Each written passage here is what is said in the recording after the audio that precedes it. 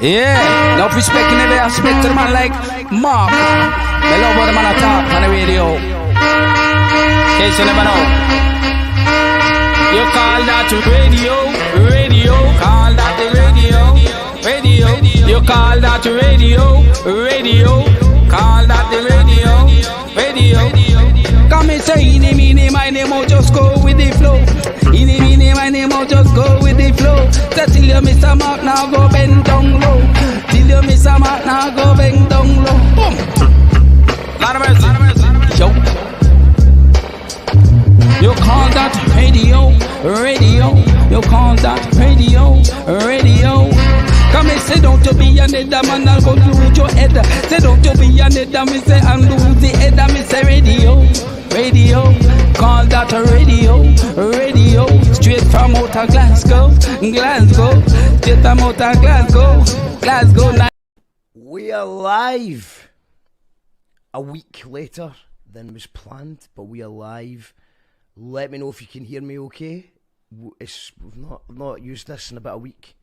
So Kenny Mulligan, what can you say? DJ, radio host, promoter, and many other things. Former A&R. He just does things. And I think he was building the Reading Festival stage. Not sure exactly what he was doing, but we can just find out and ask him. Kenny, we're live. Can you hear me okay? How's it going, man? You well?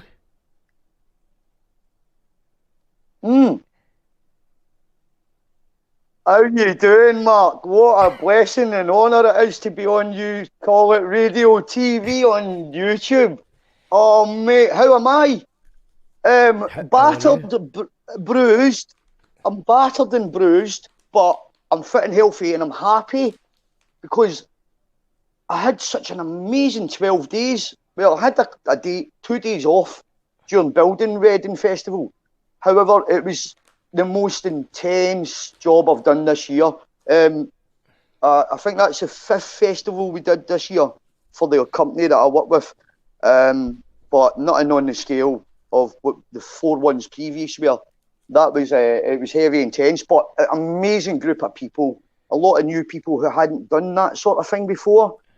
So, and even myself, I'm still learning, even though, you know, I've been around all that sort of thing for like 30, 40, 35 years or something. It's still, every day you're learning. So, but yeah, I'm back in London and it's a bit strange because I've got nothing to do apart from this, which I'm really looking forward to. But it's a bit strange because I didn't get woke up at 7 o'clock this morning with somebody like complaining about something or needing to go and change somebody or fix their thing or whatever it was, you know, just general stuff. But yeah, God, yeah, I'm a bit broken, but I'm okay. I've got 4 days off and then I'm off to the Isle of Wight for a month to build up. Amazing. A 4-month build? Oh, no, a whole month. So, yeah, it's, I think it's 12 days. Yeah, we're back on the 24th, so I leave on Monday. So, yeah, it's about 2 weeks. 2.5 weeks. No, it's actually 2.5 weeks or something like that. Yeah, it's a 2 week thing, not a month. But yeah. So what's Reading Festival like? Because I've never been. I've always imagined that it's kind of like the English tea in the park or something like that. Was that right to say? Nearly, Mark. Yeah, you're on the right one there, definitely. Well, it's changed, right? Because like years ago, when it was Reading, it was like a biker sort of heavy, it wasn't even heavy, it was like more like a rock concert, you know what I mean? It was like more like indie rock, but it was sort of like more heavier bands that played back then. Today it's just full of teenagers, and I mean really, really young, because there's a way of buying a ticket and you have to be 16-year-old, but you don't have to prove your age. So it was just the last few years I've been there and working there, it's more a tea in the park sort of thing. Yeah, definitely. Well, I mean, I went to tea in the park. I went to tea in the park for about 10 years. So, and I was young, so I think it was like 14 to 24. I went to tea in the park, And then one year I couldn't go because I was skint, so I ended up working behind the bar, and it gave me a totally different outlook on it because I seen it from, you know, actually I felt old working behind the bar, and you know, just seeing that it was. So that's why everyone complains about the transmit lineup and stuff. It's not designed. It's designed for the young people in mind. Yeah. Oh, totally. I mean, it's aimed at the audience. The target audience is definitely that age group. You know, it's. I mean, I'll give you an example. Right, the first time I went to Reading was in 1994, and back in. Can you still hear me, Mark? I can still hear you, man. Yeah. Back, just checking out everything okay. The first time I went to Reading was 94, and back in the day we didn't have internet and all the rest of it, you know what I mean? Obviously, you know the score. But what happened was, there used to be rumours going around the festival. That's the way things were shared, you know what I mean? You didn't get information from who was... You got a bit of paper that said who was playing, and that was it. You didn't have any apps and all that on your phone.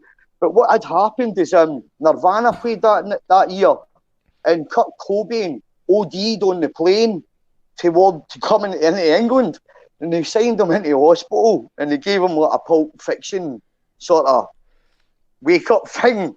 He signed his out, and the rumour had gone about that he'd died, so everybody was like, what?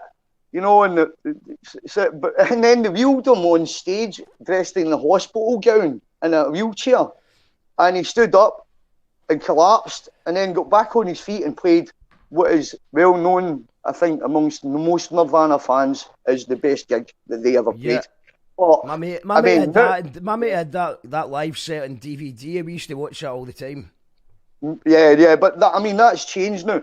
I mean, don't get me wrong, it's just a younger audience, but bigger production. This year was the first year they put two stages on. Two main stages, so one wasn't smaller than the other. The two of them were exactly the same, at both sides, at both ends of the field, and so you could walk from one. It would take you 10 minutes. You couldn't hear the other one, but you just walk in between them, and that was good because it was like Biffy Clyro, and then Liam Gallagher, and then so it was like that, and they really. This year, I think they got the lineup really sort of on point. But to be quite honest with you, nothing really happened.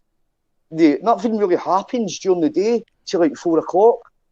I mean, there's a few things on the one extra stage and a couple of DJs and that. But really, it didn't really come alive till 4 o'clock, and I think that's like a trend that's happening with festivals because everybody probably hung over for the night before. And did you get to meet Liam Gallagher? Because I said you thought you were going to maybe meet Liam. No, he was in a hotel. No, he was in a hotel. But my pal was with his boy, and they ended up back in the VIP bit together. And I think there was about 20 of them came with his crew, but he just came straight off a motor. He didn't stay in sight and then just bolted. Just never got to meet him. But yeah, he was good. He wasn't cheeky. Apparently, when he played at Leeds the day before it, because there's a Leeds and Reading's the same thing. It's like they do the same lineup twice. Apparently, he said, I haven't checked this out, but he said that he felt really bad. He didn't feel as if he'd done it, and that he was going to go to Reading and play all the Oasis, all the old back catalogue stuff, which he actually did. And I'm not really sure if that was a two fingers up to his brother, because he wasn't meant to sing certain songs. So it was more like an Oasis set, because Bonehead was there, and it was really good. It was fun. But yeah, aye. So which way? So for people that don't know, Ken, who have got some comments coming in? We've got Alan's in the house. Hello, Alan. How you doing? I'm good, mate. I'm good. Lou Rogerson saying hello. Yeah, I mean, basically, I'm a bit knackered because I was at Hey, Alan, how you doing, Lord? I was at Shambhala Festival at the weekend for the Twistettes. We overdid it slightly. And then we came back to the news that we I have know. to change our drummer at the last minute. So we were in the studio all day trying to get a new drummer up to speed for our first gig back tomorrow night. So I'm a bit done in, but all good in the hood. But for people that don't know you, Kenny, could you just give us a wee bit of an introduction to what it is you do? What's your musical journey been like? Where did it all begin for you, and what you've been up to for the last 10, 20, 30 years? Is it Gyro Babies? Aye, Gyro Babies are back tomorrow with a new drummer. So I think we're just about ready for it. We might need one more practice tomorrow, but we're just about ready.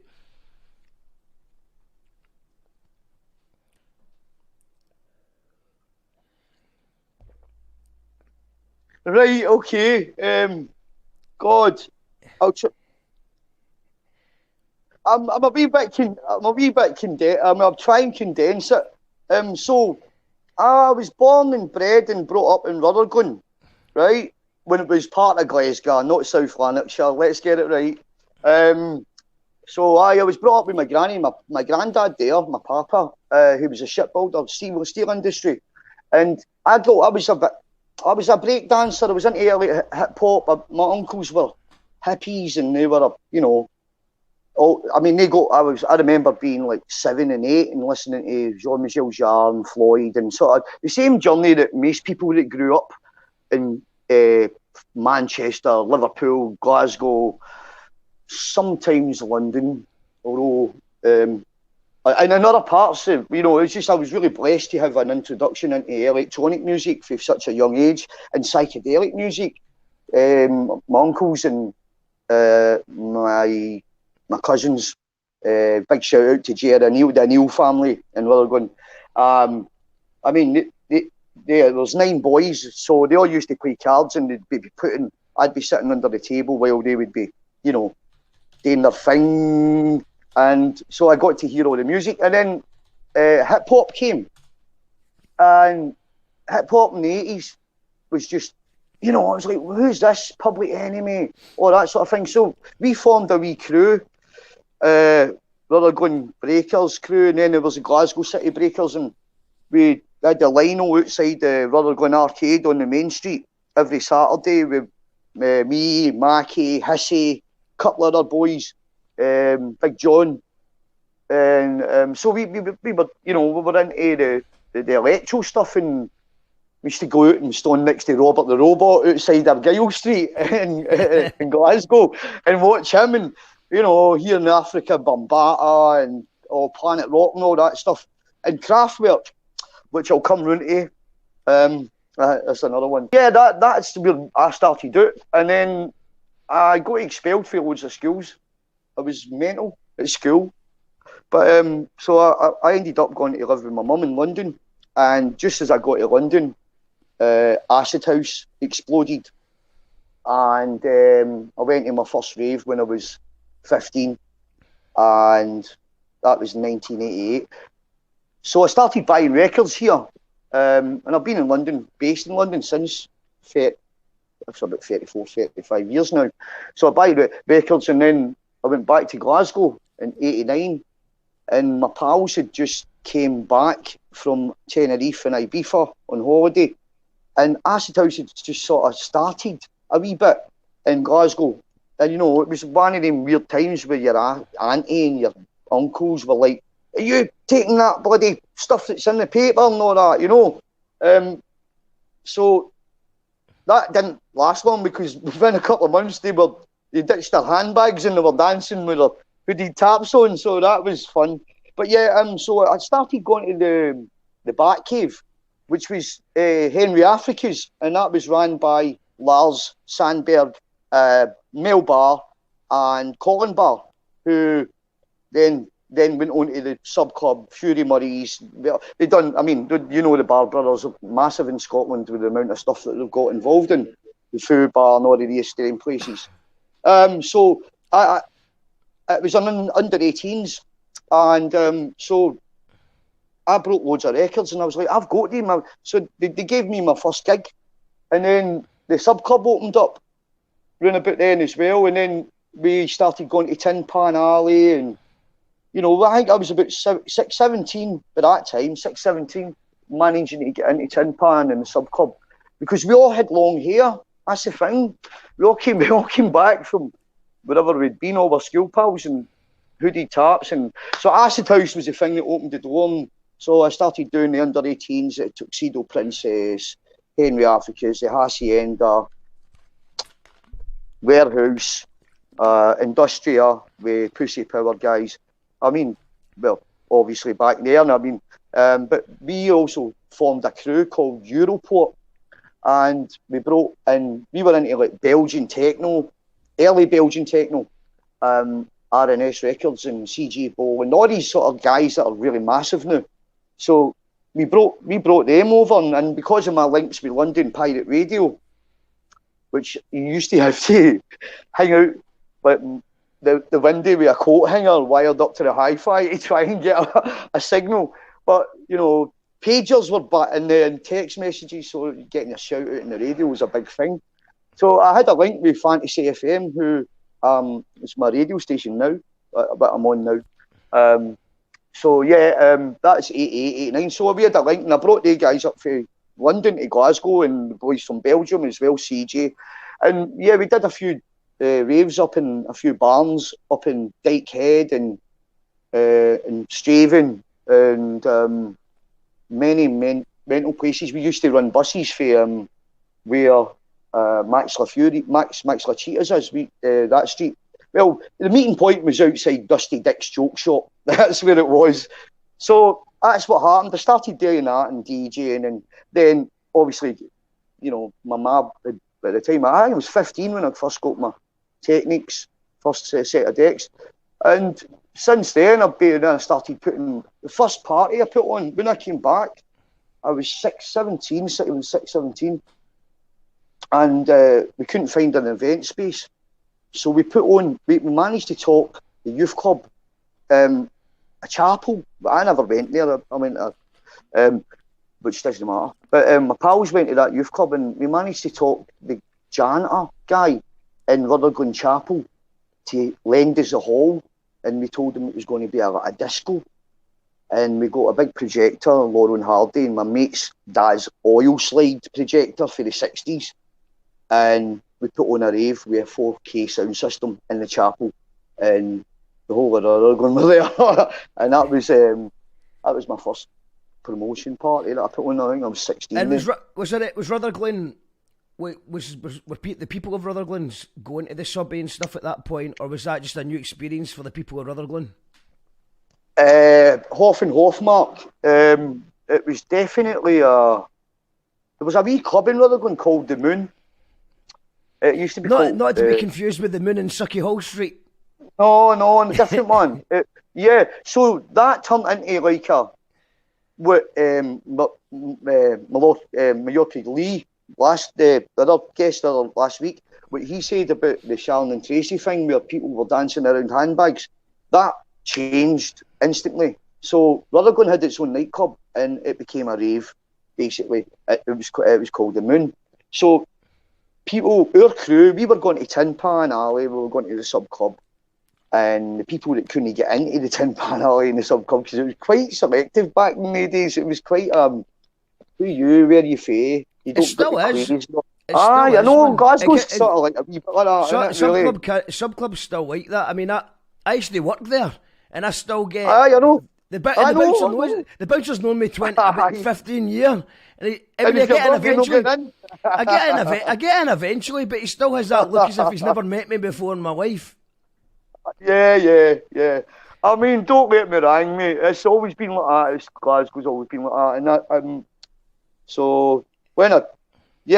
that, so that's basically where it started. I mean, so early hip hop and electro, and you know, I just had my 48th birthday at Reading with a lot of young people, and I realised, hang on, man, you know, I've been doing this stuff, for a long time, and so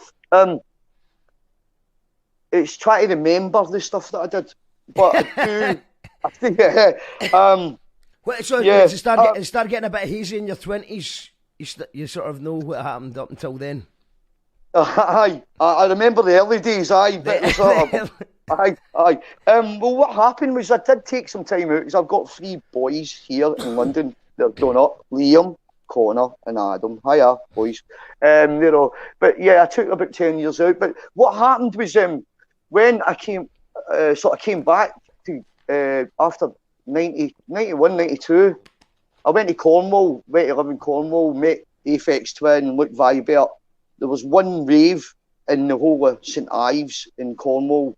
Me and my pals, because Glasgow was getting a bit mental, right, at 92.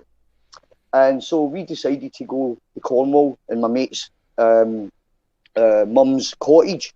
Beautiful place in St Ives. And there was one rave within the space of within the distance of about 100 and whatever miles, and everybody went there, and it was called the Shire Horse. And Aphex Twin was playing DJ, and that was his place, him and Luke Vibert. And so we'd been into his music, and we've just walked in there, and there was loads of guys from Manchester and Liverpool, and we were like, you know that song? I walked up to the decks and went, here mate, what's the DJ's name? And he went, that's Richard. And I went, what, Aphex? And he went, yeah, my name's Luke. So immediately struck up a thing with them, and we spent the whole summer there. And so, because Glasgow was getting a wee bit mental back in the days, if anybody was around the club scene in Glasgow, you'll remember it was a wee bit heavy. But so yeah, then I ended up going back to London, and that's when acid techno started. Well, it was 92, 93, but the free party scene, where they stay up forever. Big shout out to Chris Liberator and all the Liberators, Julian and Aaron. I mean, just the warehouse free, and it's still going today, and these guys are still rocking it. I mean, but I remember that whole birth of the acid techno scene and just how it kicked off, and the Criminal Justice Bill, which a lot of people got into trouble for. So that was Maggie Thatcher. Maggie Thatcher. Aye, but you know what, mate? They had an actual squad to target illegal parties, and the amount of, I mean, there's a guy, an ex-Polish guy who wrote a book about it. I can't remember his name, but they had a mad name, and there was about like 150 of them or something, and they were just like pretending to be ravers and listening to pirate radios and trying to mix in with people to find out where the raves were so as they could shut them down. I mean, we were putting on free parties. It was changed from the acid house days, which was like 20 quid a ticket, 20 quid at a door, 20, you know, there was a wee bit of that going on back in 88, 89, 90, right? But 93 was the start of the acid techno movement, and it was a free party thing that sort of came off the back of sort of like the traveller scene. So, I mean, that's really where I sort of started, like, really going out. But then my wife got pregnant, ex-wife got pregnant, and then so I knuckled it down, and I got a job working for EMI Records and did some sound engineering, and became in charge of the master library tapes, and had to send them all around the world. And I mean, that was a big thing. How did you get the EMI job? That's some job. It was. I was working as a runner. So working in Soho, and what I was doing is I was working for a media company called Clones, and what they did is they back in the day everything's digital now, but back in the day, like if a band brought an album out, it would get get sound engineered, and then what would happen is it would get cloned. So yeah, it would get duplicated. The master tape would then go back to head office at EMI in Hammersmith, which is from the corner from where I am right now, where my house is. And so my job was to run that tape to MTV, the Chinese channel, VH1, and duplicate them. So I had to, so that's where I started. And then throughout that, what happened was that they just said to me, look, do you want to work with us? And I was like, yeah. And it was like loads of young kids there. I was 25 by that time. And so I just started doing that, and then they made me dispatch supervisor. And the funny story about that is I got to meet loads of people, and I got to work with loads of people, and worked with Radiohead and did sound engineering on the videos, and learned a lot about post-production before it went digital. Before analog digital crossover happened. So what era of Radiohead is this we're talking about? 90. I worked on No Surprises on the sound video on the video, because like that happened when, I mean, back then I was talking to an old hippie guy on Reading about this actually the other day. He's like, when we got a record, we didn't have any visual content on it, right? It was just a record, and you could play it endlessly. Now you see a video, a song. You've seen it once, that's it. You don't want to, it's gone.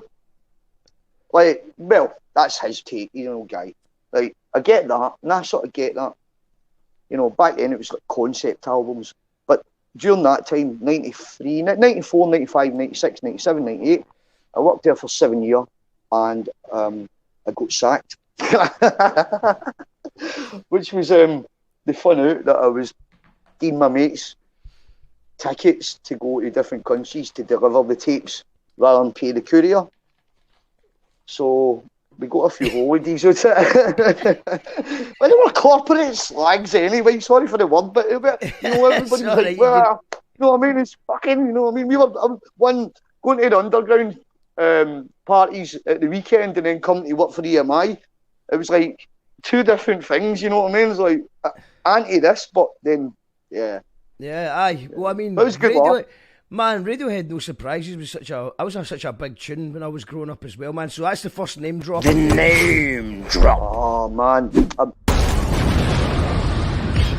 like it. I'm sorry. I'm not going to start name dropping because I'll be here all day. I've worked with so many that's people. alright. I just thought I'd get one name drop. I should have used it for Aphex one. Journey. I should have used it for all of them. The name drop has to come out at least once. That's for sure. But sorry.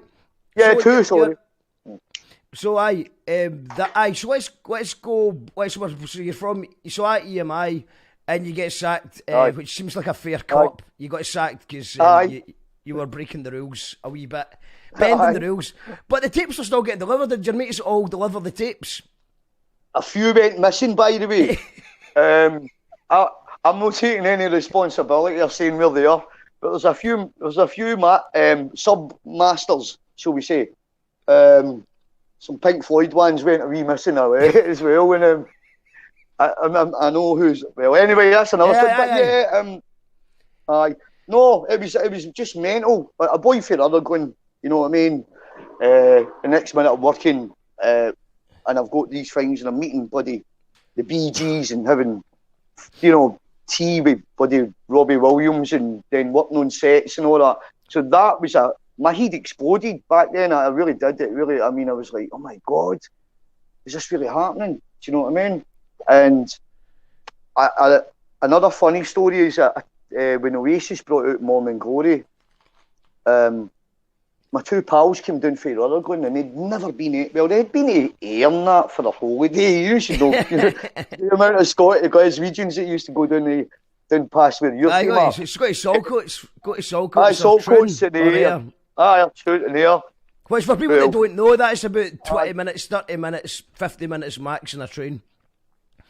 Back then, my auntie, my granny's sister used to run a bus for Tory Glen housing scheme, just down the road from where my ma stayed. Me and you're still in Mount Florida, Mark? No, mate, I've moved. I'm east now. Oh, cool. Yeah, well, you know where. So she used to run the bus. But what point I'm making is, we used to go down there and on holiday. So my pals, I think that's the only place that they'd ever been. They'd never been outside Glasgow apart from there. And when Oasis brought out Morning Glory, they came down to London, and I'd have two boys at this time. So 96, 94, 95, 96. Yeah, and what me and my, and we were listening, and they were like, oh, London, there we go. And I was living in Maida Vale, about 4 streets away from Supernova Heights, where we're living when they came down from Manchester. So we're listening to it, and I've just happened to mention, they only live round the corner. So my pal, he'd never been, he's like, what do you mean? What? But they live round there? And I was like, aye. He's like, come on, show us. So I took the two of them round there, and we were all pissed at that time, 2 or 3 in the morning. And his chap, Gallagher's door, and he shouted, Liam, open the door. It's me, it's Mackie. I've bought all your records. It's Mackie for Mulligan. And there was a party going on there as well because they were notorious. And above the door, the kitchen windows opened, and Liam's came to the window, and there was a Chinese lassie going through the bins, like stealing his stuff and all that. The paparazzi were hanging about as well because it was one of them. But Liam's went, who the fuck are you? What the and hit him in the head with a tin of spaghetti hoops, right? And he's still got the scar. Mackie, this is for you, mate. He's up in Rutherglen. He's in Bridgeton. He's still got the scar on his head, and he's still got the tin of spaghetti hoops with a big dent on it on his mantelpiece. So yeah, that was pretty wild back then, but that was funny. So it wasn't too bothered about it. He's obviously quite proud of the spaghetti hoops with the dent in it. If he's got it, so there was no lawsuits or anything like that. No, and then oh yeah, and then so I live near Portobello Market. If anybody knows, you interviewed Big Youth a couple of months ago, didn't you? Aye, Youth, Martin Glover. Aye, yep, Youth. I see him all the time. I drink sometimes go to a drink in a pub there. It's called the Mau Bar. It's like a open mic reggae thing. But the Martin drinks in there with Alex for the Orb and Rolo McGinty for the Wooden Tops. Big up Rolo, Sister Bliss. No, I mean, it's just that whole place is crammed with so much culture for the Clash, and big up Sarah Monument, and you know, all them guys like me. So I know that down that bit. So we're talking about the 90s here, right? So managed to get to know Ian Brown because there was a recording studio at Westbourne Parks where Damon Albarn was living, and Pulp and all the guys were doing recording, and there was a place where the record company used to give them to stay. A bit like the Alan McGee creation story. They used to go, if they were coming down to record, they'd put them up in there. So there was endless parties there, and I used to pop in and out and all the rest of it. And when I broke my pals down, they were like, "What do you mean? I seen that's Damon. What's he doing in a BMX? He's a millionaire." And I was like, "Look, he only lives." So yeah, I didn't sort of get that sort of starstrucky thing like after a while. Do you know what I mean? But my pals that came down to visit me, they loved it. Is anyone? When was the last time you did get starstruck though? It must happen every so often. Oh, definitely. Was Roger Waters? Aye, Roger Waters. So I spoke to him, and he signed a thing for me as well. I mean, like a lot of people that sort of come. I don't know whether it's a northern thing. I don't think like it's a northern or a class. I'm not a class Nazi or anything like that, or a space place Nazi. If you come through there, then you didn't. I think it really, but I do think it was more predominantly well known in the north that we didn't have much to do growing up, right? And I mean, with the unemployment that happened in the north, you know, my granddad being made redundant, not a lot of things to do. So what we done is we just sat about smoking and listening to music, and it just happened to be that most of the guys I know from Liverpool, Manchester, Newcastle, big up to the Newcastle crew. I'll be seeing you guys soon, and yeah, it seemed to be like Pink Floyd, Jean-Michel Jarre. Now you were sort of spoon-fed, as I like to say. We were spoon-fed this stuff. So yeah, he's I know he's a bit politically all the place, and his morals and all that are a bit mental, fox-hunting, but he doesn't like what's happening in Palestine. He does a lot of things for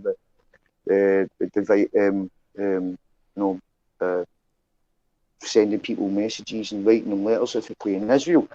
You know, I'm not going to get into my politics and religion. I'm not talking about that. But his music, and as a songwriter, for me, I looked up to him when I was really young, and sort of so I meeting him was just, and I did say to him that. I said, look, you know how much you meant to me. And got a wee bit teary.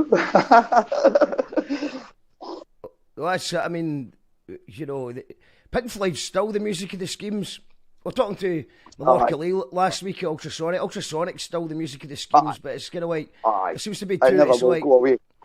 It's just, you know, your hardcore tunes are there for good. Pink Floyd's there for good. And you mentioned Ian Brown there as well. The Stone Roses as well. They're now in culture forever. But I don't think Ian Brown's doing a lot of gigs. He's been pulling out a lot of gigs because he doesn't believe in the testing or the masks or the vaccines and stuff like that. But I don't know. But I mean, the gigs are still mental now, man. It's like we made the mistake of thinking that everything was getting back to normal, and then just like you said, like just I was telling you earlier on off air, man, we've just had to replace our drummer for tomorrow. So it's actually put me off. It's put me off actually booking any more gigs because, you know, I should be just looking forward to this gig tomorrow after a year and a half, but now I'm actually a wee bit nervous because we've got a new drummer. Listen, I think the first time I'd heard of the Gyro Babies was before I'd met you, and I'm sitting talking to you at Aurora Fest, and big shout to Dawn and wee Willie as well if he's still kicking about somewhere.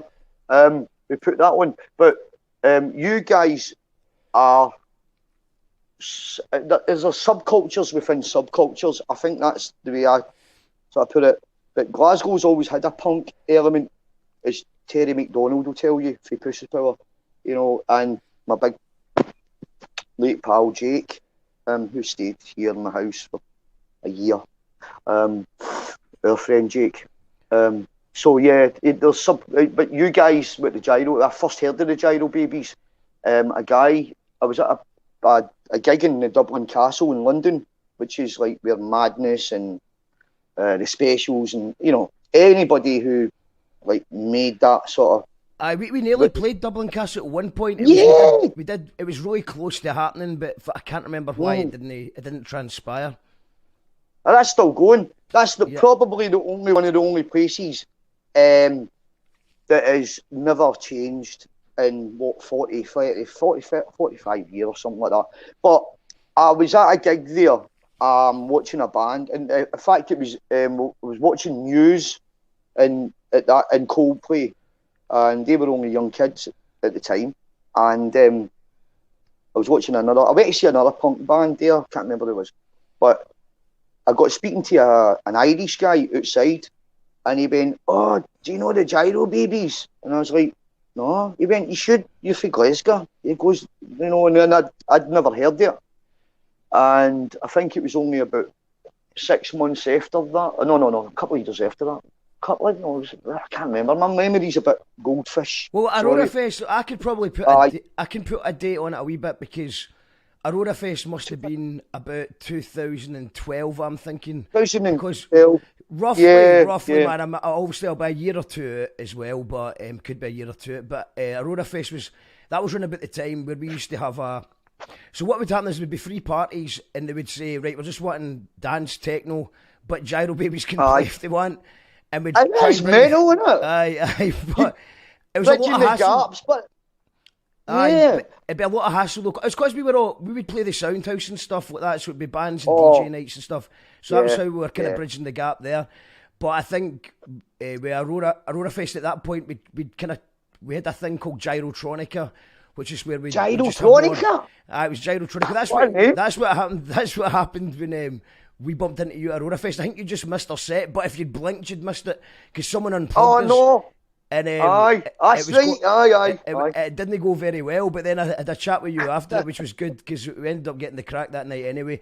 But it was we tried to make a more kind of electronic version of the music, and then like just do the vocals, and it worked all right, man. It worked all right, but it was it just ended up kind of falling away. But I've actually just got. There's a new project I've started with Morphamish, and actually I'll send you the tune after this, man, because it's all mixed and ready to go. It's out at the end of the month, and it's Morphamish and Jack and Trades. It's under the name. We've not got a name for I think we're going to come up for an actual name, because he's just got all these bangers of beats, and it's just so much good fun to play around with that music, man, and like, you know, I did do it when I was younger as well, but just being able to, you know, put a hook on it, or maybe a short verse, and just letting the music speak as well, and it's less pressure, because with Jackal Trays and Gyros, pretty much you've just got to be on the ball the whole gig. So I'm looking forward to hopefully by next summer being able to do a kind of more electronic kind of set, and maybe play some late night slots at the festivals. And you know, it means I don't need to be singing for the full duration, and just. But I think you like the tune, man. It is a banger, and hopefully the rest will be as good as this one. Listen, but as soon as I heard Bus Stop Apocalypse and Go, the whole thing about where you guys were at and what you were doing, and then followed you and seen you playing different gigs, and I'll bolt on the top of that. At the weekend at Reading, last week when I was meant to be doing this live from Reading, when we couldn't get a signal, I'd told about 50 people that I was working with about you and about the Gyro Babies, and like as soon as they heard the name, they hadn't, and some people hadn't heard, and some hadn't heard, and they're like, "That's a brilliant name! What a brilliant name!" You know what I mean? And so, and I try to explain to them about you and what Joe does. Joe's a techno DJ. She does a Twistettes. She does her own project, Minerva Wakes. You're doing Jackal Trades. Mark, the amount of stuff that I've witnessed you doing since I've got to know you, right, is incredible. The energy that you have, whether you accept it or no, and I'm not talking from an ego way, from me to you, mate, and even Big Jake said it himself. When I sat here at night talking to him, say, that guy, he's created so much. It takes people with a lot of commitment, a lot of energy to be able to, and put their just heart and soul in it. I mean, but really, when we look back in these things, I think I'd be lost if I wouldn't be in the music way. I'd be lost. What would I be doing? Well, I've got my job doing psychotherapy and counselling, but I need, I was a break dancer, and I'm the same as you. Like, as soon as I got the itch for that, and putting people together, and PRing and ARing and putting records out and stuff, or doing radio, so it is really, really an honour and a blessing to get to know you, mate. You've done so much, you and Joe together, man. It's amazing, and I think I don't speak alone on voicing that. A lot of people will say that about you guys. Big up, man. You, I'm looking forward to you. In fact, we've also just when you mentioned Jake there, R.I.P. Sadly missed. But we're going to Lindisfarne tomorrow, in Alabama 3 are playing. I know. That's the highlight for me. You're talking about the Geordie crew as well, man. And what's good about Lindisfarne, I don't know if you've been before, but I played a tip with you. That's right. You caught the banana. I was DJing in the circle, where all the Hale bar. Yep. I DJ'd with Chris Liberator, and then you guys played. I can't remember who was headlining it, but you caught the banana. I remember that. and it became a t-shirt. Somebody threw a banana on stage. I remember that, and you caught the banana. That was hilarious. I don't think you could ever do that again, Mark. Have you got a t-shirt? I don't know. Somebody turned it into. Oh, yeah, it's so funny. Somebody turned it into a Michael. Yeah, I played it that one. I DJ'd it that. It was a magical. And shout out to Marnie. Shout out to Marnie all day. Mm. And it's good. The Lindisfarne is good. You've got that Scottish invasion, the Scottish invasion and the Geordie invasion, and we're doing a Lindisfarne special. Yeah, tonight Marnie drove me down there. Aye. Did she? Aye. Brilliant, Marnie. Good on you. So it's tonight. It's a build up to the big one for 7 o'clock. We're going to be getting some of the performers that are playing here. I can't reveal who is playing yet. It's going to be on the show, but tonight at 7 o'clock, we'll be talking to some of those acts. Is Dizzy playing? Dizzy's playing, aye. Dizzy's? Right, well, I'll tell you the story. I'll tell you a cracker, right? Now we're on Alabama 3 as well. Right, so, do you remember the Wicker Man Festival? I do, aye, man. I remember Wicker Man. Right, so I'm working for a radio station. Well, I wasn't working. let's get it right. There's no money in underground music, is there really, unless you're selling like 1,000 copies and you're just getting your money back or whatever. But yeah, I'm doing radio in a Polish station. Let me get it right. In South London, it was called Optical Radio. Big shout out to Giselle, Rebel Yell, and RDF, Radical Dance Faction, all the punk guys, and Mario, and everybody who ran it. It was a police station in South London. They got turned into it got squatted. And then it had been squatted that long that they just decided to turn it into an arts centre and so it became, we had the radio station in the forensics room, right? So what I did is I wrote to Wickerman Fest and had a couple of young guys that were learning to become sound engineers because, you know, they were studying at college, so their placement was with us and they were, you know, they were doing their reflective accounts and stuff like that. So, so I wrote to Wickerman to get some press passes and we got in there free. So I was meant to be interviewing Dizzy Rascal because he was headlining. Alabama Free were there. And which I was there. I was there that night. Aye, and the specials as well. No specials. What do you call them? The Beat. It was all ska band. The Beat. So I was interviewing them and Dizzy. But what happened is his PR woman had sent me a thing saying, look, what questions you going to ask him? And I was like, well, I want to ask him about when he used to be a gang, when he was running with gangs and what he's doing with his money, how he's helping the community, all that sort of thing. And she's like, no, interviews binned. He's not answering any of the questions. He's not talking about it. I was like, no, come on. Let's get the guy out to talk about his life. Come on. I know we're talking about Dizzy now. We're talking about back then Dizzy. And he just didn't want to do it. So Alabama Free have came back. And Don was there, Manty Don, my big cousin Don. I love you, Don. Don Isaac. Seen her today. Yeah, sorry big up Don.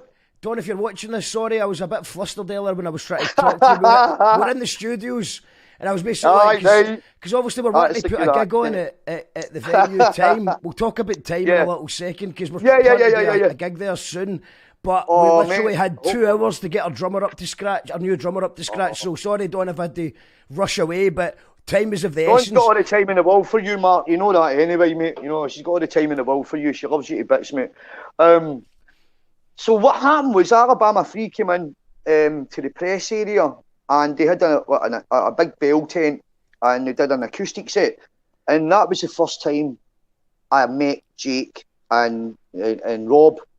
So I've done an interview with them, and what had happened is they'd just got an award. I should say this. They just got an award in Lambeth, which is Brixton in South London. They got an award from the mayor of Lambeth for their work in the community, right? Because this is a story. They helped some of the boys come off the scheme, housing estates, into the studio in the Brixton Jam, which they have got a wee thing going with. But I know the whole story where they got it from the Sopranos soundtrack that they done. Woke up this morning, bought myself a gun. Anyway, so Jake told me this, and so I interviewed. I said, "Oh, well done in the award, guys. That must be a big thing, you know, getting an award from the mayor of Lambeth and South, and you know, for your services and helping boys in the community." And Rob turned around and went, "You know what?" He goes, and he started to slag off the mayor, and then he started to tell me the reason why they got them in for the housing estate wasn't the way it looked and all that. And so I got the and that I wasn't allowed to publish that interview, but that's when I met Big Jake for the first time, and yeah, that was that one. But yeah, I loved the guy, man. I loved him to bits.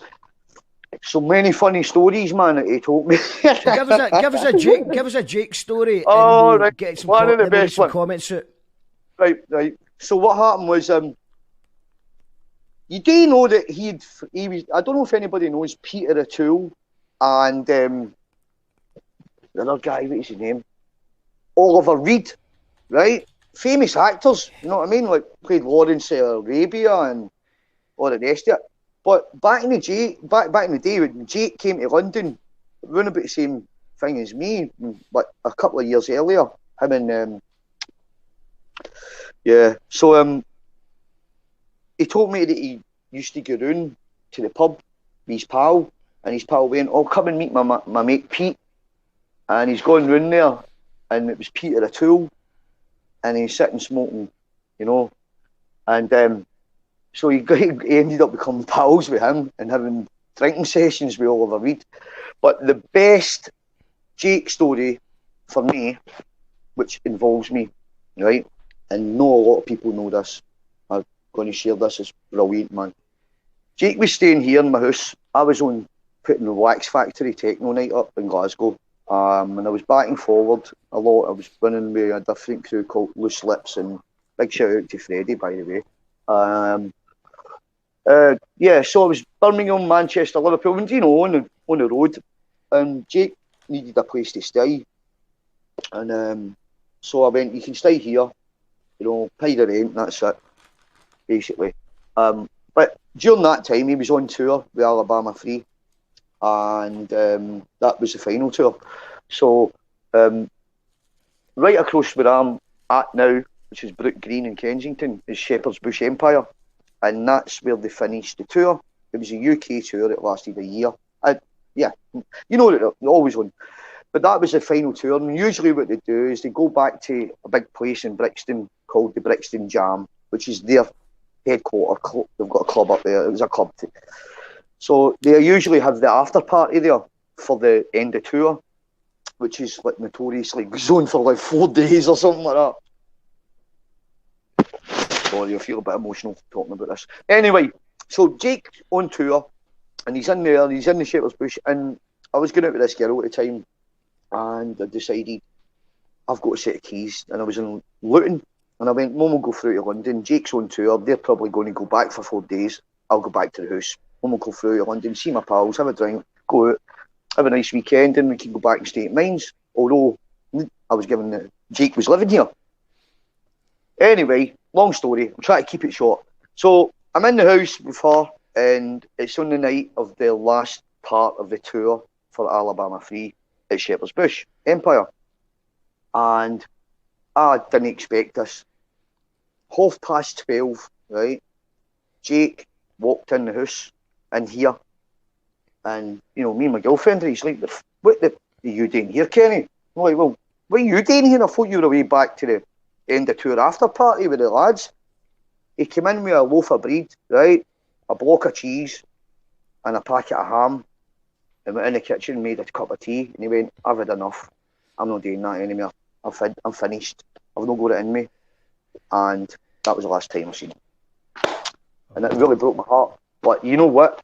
He had a condition, we know the score. But I don't want to get into all that. But you know, it was like, but yeah, that was so surprising. But for him to just walk off stage in front of what sold out, like what was, I don't know how many, was 6,000 people, and come buy a block of cheese and a loaf of bread and come in and make a cup of tea. But he brought a bottle of whiskey with him, and he went, "Let's have a drink," and we had a couple of drinks, and that was it. He went to bed, and I went home. You know what I mean? So there you go. That's the Jake one for me.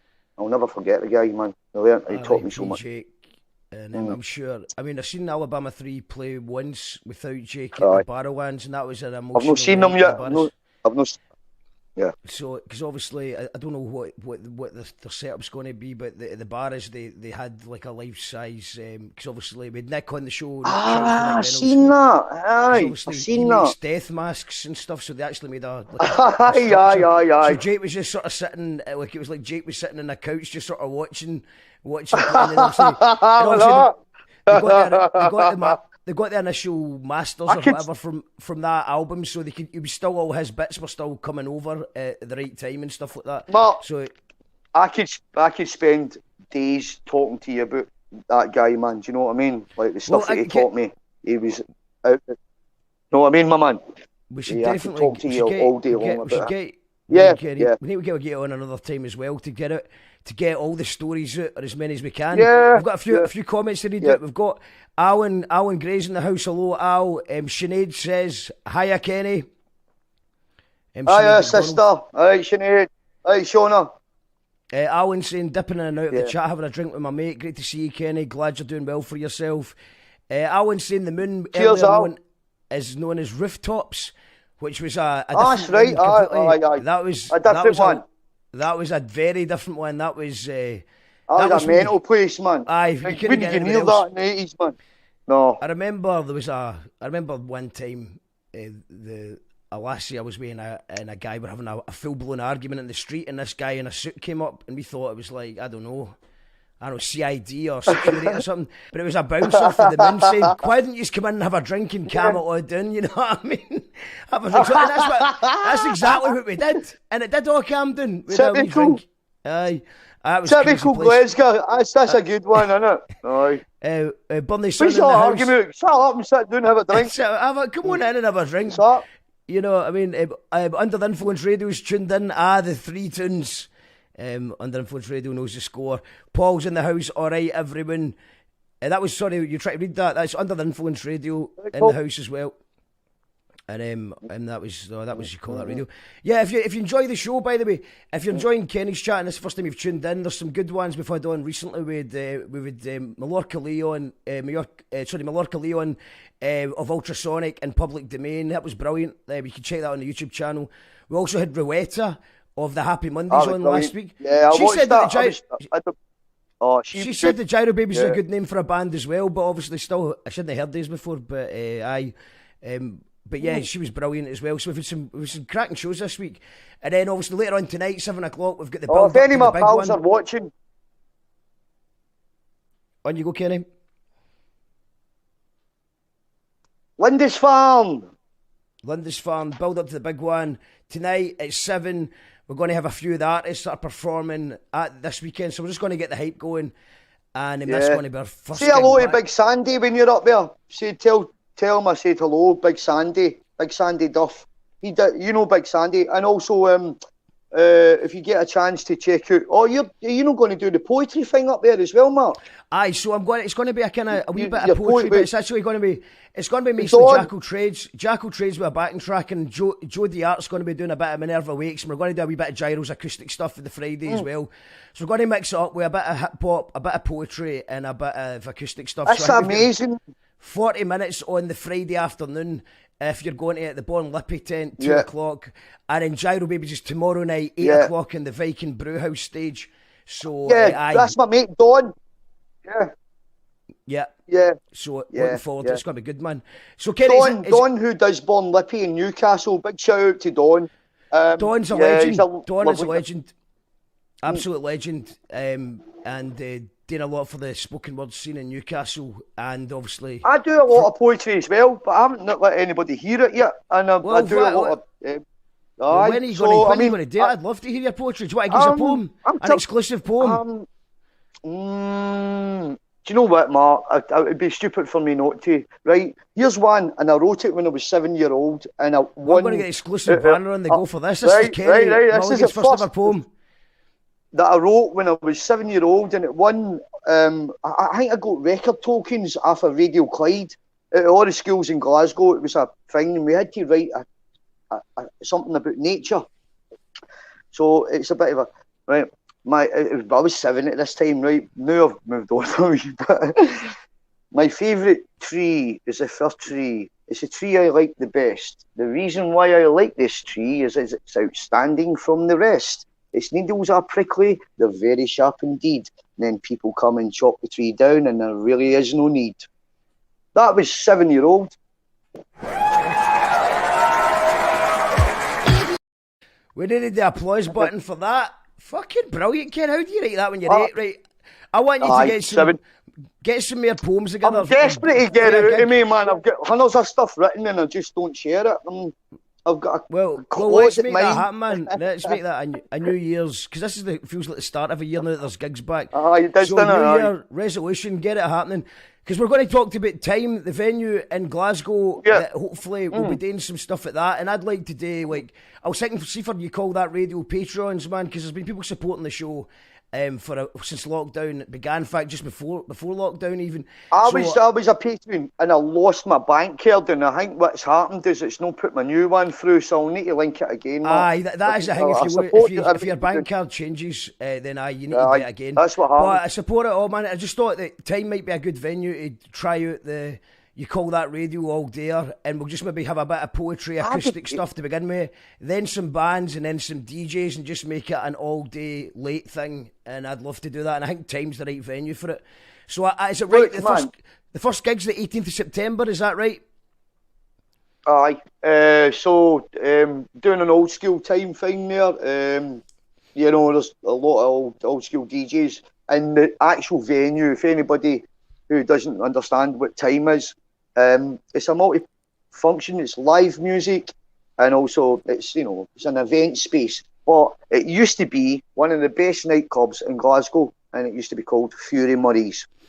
So my auntie Dawn, big cousin Dawn, auntie cousin, I call her my auntie, but she's really my cousin. But she's got that place, and then so I'll be going to come back to Glasgow after from the Isle of Wight. I'm there the whole of September, and I'm going to be putting some nights on there and bringing in a lot of people that I know, and doing a wee bit of PR, and doing some. So I'm really excited about it. I mean, it's first one's it says in September, but it's I mean the actual venue itself is massive. Sound system good, everything's good, bars good, everything's good, and it's run with not greedy promoters. It's run with people whose hearts, and we've all been involved in the music industry or some way, or putting events on, or working in that sort of entertainment business for 20, 30 years. So there's a good crew of people behind it, and we're trying to. It's not going to be like too shabby or anything like that. So yeah, it's an exciting space, and really gutted that we didn't get it off the ground when we'd scored it, and then this all started with COVID. So and then it's basically been dormant, and obviously as soon as Big Nicola gets they'll go ahead, and then if we get the go ahead for her, then we're going to start putting loads of events on. Obviously, I'll be bringing the Wax Factory. I'll be bringing the Wax Factory back there as well, and amazing. And that's let's talk about. Well, let's just get a wee shout out to the Wax Factory, your radio show, and all that, man. Any plugs for people to keep up to date with what you're up to? So at the moment, I'm back on my record label, and if anybody, and I mean anybody's like got any tunes, electronic stuff, the weirder the better. That's so it's the name of the label's Strict Tempo, which is actually a dance that the Spanish do when they stamp their feet. That's called Strict Tempo, and it sounds kind of techno-y as well. So I've been doing that for the last couple of years, and loads of but I put it on the side. It's busy with family and all that, so that I've brought it back out again, and looking to do some vinyl releases. So if anybody's got any music that they want to send me, the email address is tempostrict@gmail.com, or just go on my Facebook, Kenneth Mulligan, my DJ page. Send me stuff. You know what I mean? I'm up for your wee brother, your wee cousin, if he's an upcoming sound producer or anything like that. Listen, if you'd have said to me 35 years ago when I was a breakdancer in Rutherglen Arcade that one day on my way home from work I'd be able to make a tune on my phone and upload it to SoundCloud and let all my people hear it, which actually did happen, and I ended up releasing it on an app on a phone, I'd be like, you mental? I mean, back in the days we had to pay money to go to recording studios to go and do that stuff. Now everything's there. It's on your computer. So if your wee cousin, your wee brother, the younger and the stranger and the weirder, the better. Strict Tempo Bandcamp. That's my record label. Also, you can catch me on Fantasy FM, which has been running since 1988 in London, That's now global as well. Big shout out to Pure Radio Holland, which are, sadly went that way, but we had the biggest guys, and that was really good. Shout out to Corrine, my sister. So yeah, other than that, big shout out to the Pod Pads crew. Big shout out to Field Events and everybody that have been working with from Radley Hall and all the festivals this year. And I'm looking forward to the Isle of Wight, and I'm looking forward to seeing everybody in Glasgow when I come back. But before that, we've got the Wax Factory in Bristol on the 23rd of October at Basement 24. And the lineup, I'm keeping the lineup secret because it's international. But yeah, really looking forward to that. Thanks, Mark. Brilliant stuff, Kenny. A pleasure as always, mate. Hope to catch up with you soon. Love you, man. Thanks for this. We'll be back at 7 o'clock tonight for the build up to the big one, Lindisfarne Festival. We're getting the hype going for that. Check out all Kenny's stuff, and I hopefully see you in the real world soon, Kenny boy. Enjoy the Isle of Wight. Yeah, I'll see you when I'm back home. Enjoy Lindisfarne. Cheers, pal. Don't forget to go to the castle. I love you. Of course, we'll go to the castle. See you later, man. Bye. Yeah.